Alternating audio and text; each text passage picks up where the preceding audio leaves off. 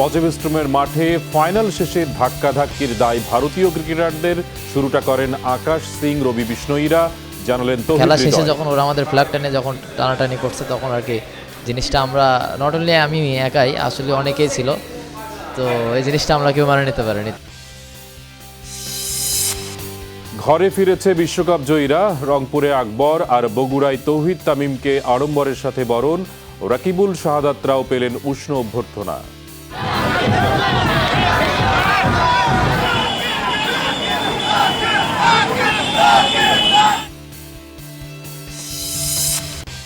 জয় দিয়ে premier league শুরু করল বর্তমান চ্যাম্পিয়ন বসুন্ধরা কিংস। উদ্বোধনী ম্যাচে একমাত্র গোলে তারা হারালো উত্তর বারিধারাকে। করোনা ভাইরাস ইস্যুতে বঙ্গবন্ধু আন্তর্জাতিক সাইক্লিং চ্যাম্পিয়নশিপ স্থগিত।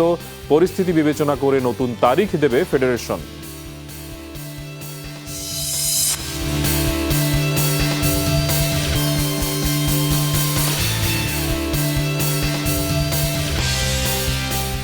সবাইকে স্বাগত জানাচ্ছি রাতের স্পোর্টস ওয়ার্ল্ডে, পাওয়ার্ড বাই গাজী গ্রুপ। সঙ্গে রয়েছে মনজুর মোর্শেদ। এতক্ষণ শিরোনাম জানছিলেন, এবার বিস্তারিত। আর শুরুতেই ক্রিকেট প্রসঙ্গ। পজেবেস্ট্রমে ফাইনাল শেষে উদযাপনের সময় ধাক্কাধাক্কির দায় ভারতীয় ক্রিকেটারদের। আকাশ সিং, রবি বিষ্ণয়ীরা আক্রমণাত্মক আচরণ করেন বলে অভিযোগ করেছেন 10 ম্যাচের জন্য নিষিদ্ধ তৌহিদ হৃদয়। তবে সেই ক্ষোভ ভুলে এখন আসন্ন ঢাকা প্রিমিয়ার লিগে মনোনিবেশ করতে মুখিয়ে হৃদয় ও রাকিবুল শামীমরা।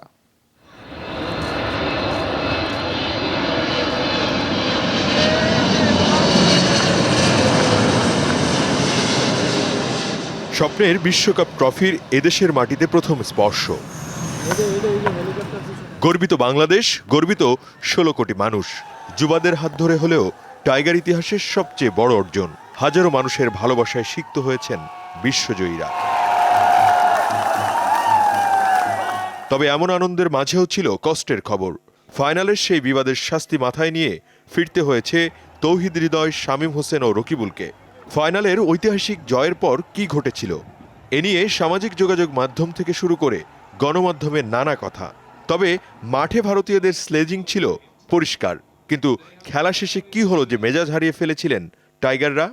ক্রিকেট খেলা তো জেন্টলম্যানের খেলা, তো আসলে এরকম খেলায় যে এরকম মানে গালিগালাজ শুনবো লাইফে এরকম কখনো মানে ভাবিও নি।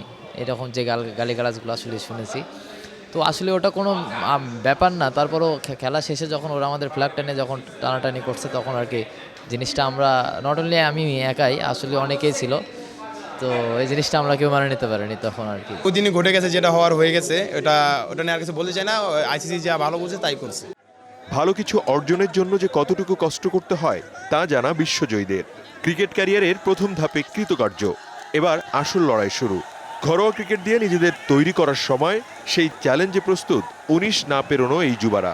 এসপি টিম বলেন, ইমাজিং টিম বলেন, এ টিম বলেন, এসবগুলোতে অনেক ভালো ব্যাটসম্যান থাকে, অনেক ভালো বলার থাকে, এবং তাদের মতো পারফেকশন আনতে হলে আমাদেরকে আরও অনেক পরিশ্রম করতে হবে। বোর্ড আমাদেরকে এরকম সুযোগ সুবিধা দিচ্ছে, তো এটা অবশ্যই আমরা এটা কাজে লাগানোর চেষ্টা করব। আমার সামনে প্রিমিয়ার লিগ খেলা, এটা নিয়ে আমি পরিশ্রম করছি, খুব বেশি একটা চিন্তা ভাবনা করতেছি না। কয়েকদিনের ছুটি কাটিয়ে ঢাকায় ফিরে গণসংবর্ধনা। এরপরই ঢাকা প্রিমিয়ার লিগ থেকে শুরু হবে রকিবুল শামীমদের এক ধাপ ওপরে ওঠার মিশন। বিশ্ব চ্যাম্পিয়নদের যুব বিশ্বকাপের পালা শেষ, এবার নতুন গন্তব্য জাতীয় দল। আর সেই লক্ষ্যে নিজেদের কিভাবে প্রস্তুত করে আকবর শামীমরা, সেটি এখন দেখার পালা। সালাউদ্দিন সুমন, যমুনা স্পোর্টস, মিরপুর শেরেবাংলা জাতীয় ক্রিকেট স্টেডিয়াম, ঢাকা। ঘরে ফিরেছে বিশ্বকাপ জয়ী যুব টাইগার দলের সদস্যরা। রংপুরে অধিনায়ক আকবর আলীকে বীরের মতোই বরণ করে নেয় এলাকাবাসী ও পরিবার। বগুড়ায় তানজিদ তামিম ও তৌহিদ হৃদয়কে বরণ করে নেওয়া হয় বিমানবন্দরেই। একইভাবে চট্টগ্রাম বিমানবন্দরে অভ্যর্থনা জানানো হয় শাহাদাত হোসেন দিবুকে। শরীফুল, জয়, ইমন, রাকিবুল, অভিষেকদেরও বরণ করা হয় রাজকীয়ভাবে। বসন্ত এসেছে বাংলাদেশের ক্রিকেটে। ফুলে ফুলে রঙিন বিশ্বকাপ এনে দেয়া আকবর, শামীম, সাকিবরা। বিশ্বজয়ের পর রাজকীয় বেশে দেশে ফেরার পরদিন ক্রিকেটাররা ছুটেছেন ঘরের টানে। আকবর দ্য গ্রেট সৈয়দপুর বিমানবন্দর থেকে সড়ক পথে পৌঁছান রংপুরের বাড়িতে। সেখানেই নানা আয়োজনে বরণ করে নেওয়া হয় তাদের সোনার ছেলেকে। আপনারা যেরকম সাপোর্ট করে আছেন সেই সাপোর্টটা বজায় রাখবেন এবং আমাদেরকে সবসময় সাপোর্ট করে যাবেন। আর অনেক অনেক অনেক অনেক ধন্যবাদ। ওপেনার তানজিদ তামিম ও মিডল অর্ডার ব্যাটসম্যান তৌহিদ হৃদয় বাড়ি ফিরেছেন সড়ক পথে। মোটরসাইকেল শোভাযাত্রায় শহরের কৃতি সন্তানদের বরণ করে নেয় এলাকাবাসী। বগুড়া পৌঁছেই সংবর্ধনা দেয়া হয় এই দুই ক্রিকেটারকে। সিলেটের খেলোয়াড় তানজিব হাসান সাকিবকে সিলেট ওসমানী আন্তর্জাতিক বিমানবন্দর থেকে বরণ করে নেওয়া হয়। বৃহস্পতিবার দুপুর 1:30টার সময় বহনকারী বিমান এসে পৌঁছায় সিলেটে। অশ্রুসিক্ত চোখে বিশ্বজয়ী সন্তানকে বুকে জড়িয়ে নেন সাকিবের বাবা মা। সাকিব ভাই অনেক উপরে, আমি কখনোই সাকিব ভাইকে নিজের সাথে তুলনা করতে চাই না, কিন্তু অবশ্যই ওনার থেকে আমি অনেক ইন্সপিরেশন পাই।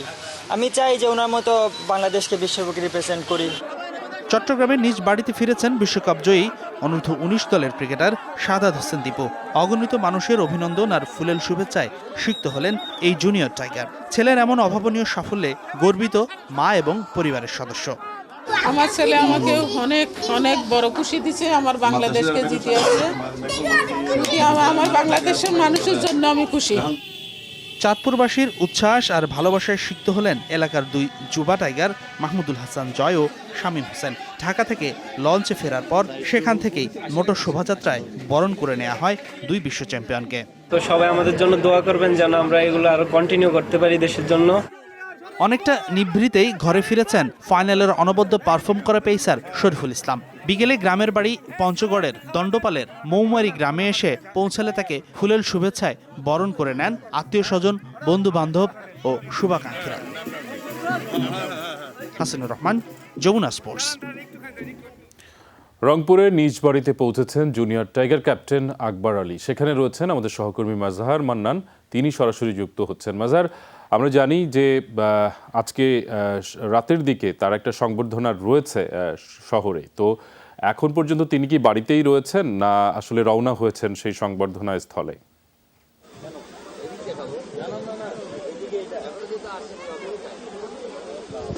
যে মঞ্জুর, আপনি ঠিকই বলেছেন। আর আমরা যেটা জেনেছি যে আধা ঘন্টা পরে এই পশ্চিম জুম্মাপাড়া স্পোর্টিং ক্লাবের আয়োজনে যে তাকে গণসংবর্ধনাটি দেওয়া হবে সেখানে তিনি আসবেন। এখন পর্যন্ত তিনি বাসায় বিশ্রাম নিচ্ছেন। এই সংবর্ধনা স্থল থেকে 50 গজ দূরে তার বাসা।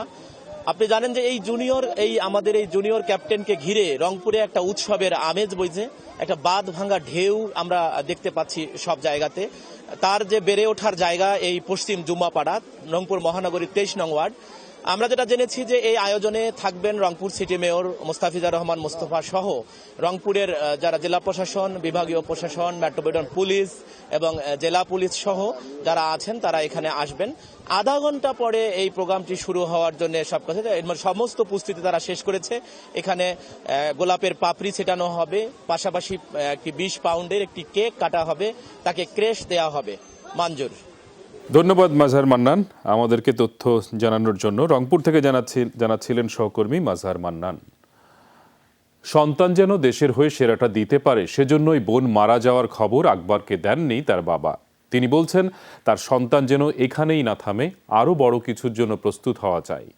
ক্রিকেট ভক্তদের চাওয়া পরিণত হয়ে আকবর হৃদয়রা খেলুক দীর্ঘদিন। প্রধান নির্বাচক মিনাজুল আবেদিনও আশ্বস্ত করেছেন এবার কোনো তাড়াহুড়া নয়, পরিকল্পনা নিয়েই তৈরি করা হবে টাইগার যুবাদের।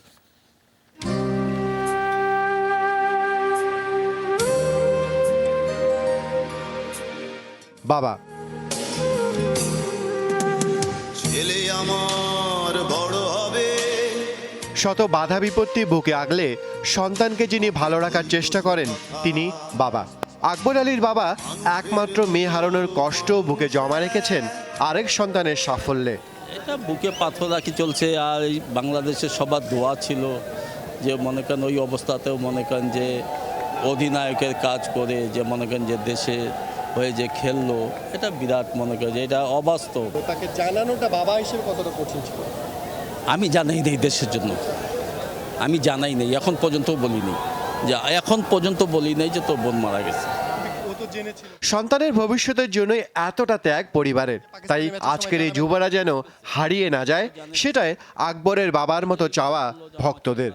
আমরা চাই এদেরকে যেন আমরা হারিয়ে না ফেলি, এদেরকে নিয়েই যেন আমরা নেক্সট যে ওয়ার্ল্ড কাপটা আছে সেই ওয়ার্ল্ড কাপটা যেন আমরা অর্জন করতে পারি। ইন্টারন্যাশনাল এরিনাটা হাইস্ট লেভেল ক্রিকেট কিন্তু একটু অন্যরকম, সেই হিসাবে একটু ধৈর্য ধরতে হবে। এবং যাদের এবিলিটি আমরা দেখব, মেহেদী মিরাজকে আমরা কিন্তু আন্ডার 19-এর পট করে নিয়েছিলাম, তো সেই হিসেবে ওটা মাথায় আছে আমাদের। আকবরকে বলা হয়েছে কুল কাস্টমার, বয়সে 19-এর বসন্ত, তবে চিন্তায় পরিণত আত্মপ্রত্যয়ী আকবর। আন্ডার-19 ক্রিকেট বা এজ গ্রুপ ক্রিকেটের সাথে ইন্টারন্যাশনাল মানে যেটা সিনিয়র লেভেলের ক্রিকেট, সেখানে একটা হিউজ ডিফারেন্স রয়েছে। তো আশা করব যে আমরা বোর্ড আমাদেরকে নিয়ে যে প্ল্যানগুলো সাজাবে সেখানে আমরা নিজেদের সর্বোচ্চ দিয়ে এবং যেই গ্যাপটা রয়েছে সেই গ্যাপটা যতটা কুইক সম্ভব সেটা ফিল করার আমরা চেষ্টা করব। ছোট বয়সে বিশ্ব চ্যাম্পিয়নের ট্যাগলাইন, চাপ নয়, আকবরদের জন্য এই ব্র্যান্ডিং হোক এক প্রেরণার নাম। আকবর হচ্ছেন ভবিষ্যতের তারকা, বলা হয় অনূর্ধ্ব-19 বিশ্বকাপ হচ্ছে ফিউচার স্টার তৈরি তারকা। যে আকবর গিয়েছিলেন বিশ্বকাপের আগে আর যে আকবর ফিরেছেন তার মধ্যে পার্থক্য অনেক বড়। ক্রিকেট ভক্তরা চান যে খ্যাতি, যে ভালোবাসা ক্রিকেটাররা পেয়েছেন তাকে কাজে লাগিয়ে ভবিষ্যতে বাংলাদেশের ক্রিকেটের আকাশে সত্যিকারের তারা হবেন এই আকবর শামীমরা। তাহিদ আহমেদ, যমুনা স্পোর্টস, মিরপুর শেরেবাংলা স্টেডিয়াম, ঢাকা। 7 পাকে বাধা পড়তে যাচ্ছেন জাতীয় দলের ক্রিকেটার সৌম্য সরকার। আগামী 26 ফেব্রুয়ারি জীবনের দ্বিতীয় ইনিংস শুরু করতে যাচ্ছেন তিনি। কনে তার আগে থেকেই চেনা জানা, তবে কনের পরিচয় এখনোই প্রকাশ করতে চান না সৌম্য। দুই পরিবারের সম্মতিতে শুরু করতে যাচ্ছেন সংসার জীবন। বিয়ের আনুষ্ঠানিকতা সম্পন্ন হবে সৌম্যের পৈতৃক বাড়ি সাতক্ষীরায়। বিয়ের জন্য বিসিবি থেকে 29 ফেব্রুয়ারি পর্যন্ত ছুটি নিয়েছেন তিনি। ছুটির কারণে বাংলাদেশ জিম্বাবুয়ের টেস্টে থাকছেন না সৌম্য, তবে জিম্বাবুয়ের সাথে ওয়ানডে ও টি20 সিরিজে ফিরতে পারেন সৌম্য সরকার।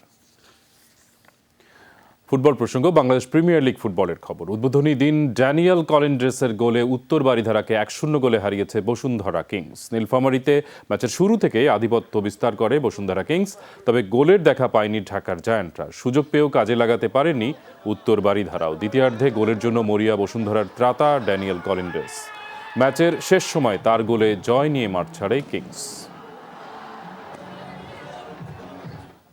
নতুন ফরম্যাটে আয়োজিত হবে বঙ্গবন্ধু বাংলাদেশ গেমসের নবম আসর। নতুনত্বের ছোঁয়া থাকবে পুরো আসরে, জানিয়েছেন আয়োজক কমিটির চেয়ারম্যান বশির আল মামুন। তিনি আরও জানান, আন্তর্জাতিক তারকা অ্যাথলেট এনে চমক দেবে না বিওএ, বরং সেই অর্থ ব্যয় করা হবে অ্যাথলেটদের মান উন্নয়নে।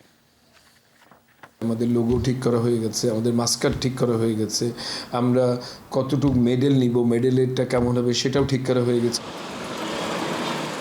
বঙ্গবন্ধুর জন্মশতবার্ষিকীর সবচেয়ে বড় ক্রীড়া আসর, তাই তো বাংলাদেশ গেমসের প্রস্তুতি নিয়ে ব্যস্ত সময় পার করছেন অলিম্পিক কর্তারা। তবে একটু ভিন্ন পরিকল্পনায় চলছে গেমস আয়োজনের প্রস্তুতি। বঙ্গবন্ধুর নামে বিশেষ এই আসরে সবচেয়ে বড় পরিবর্তন আসছে ফরম্যাটে।